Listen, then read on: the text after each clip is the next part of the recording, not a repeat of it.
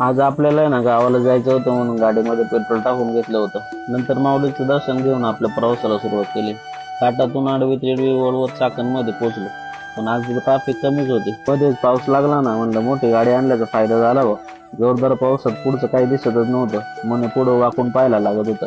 पुढे आलो तर कडकडीत ऊन पडलं होतं. म्हणलं काय करावं आता या पाऊस. नंतर फायनली जुन्नर मध्ये एंटर केलं. तसं तालुका आमचा जुन्नरच बरं का. कसा आहे महाराजांचा शिवनेरी किल्ला.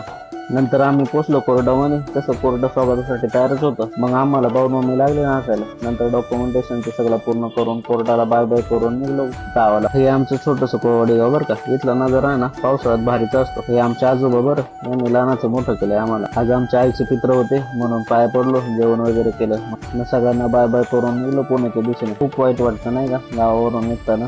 रेडिओला पण माहिती आहे आमच्या इकडचं वातावरण कसं असतं, म्हणून रेडिओने मस्त भारी गाणं लावले.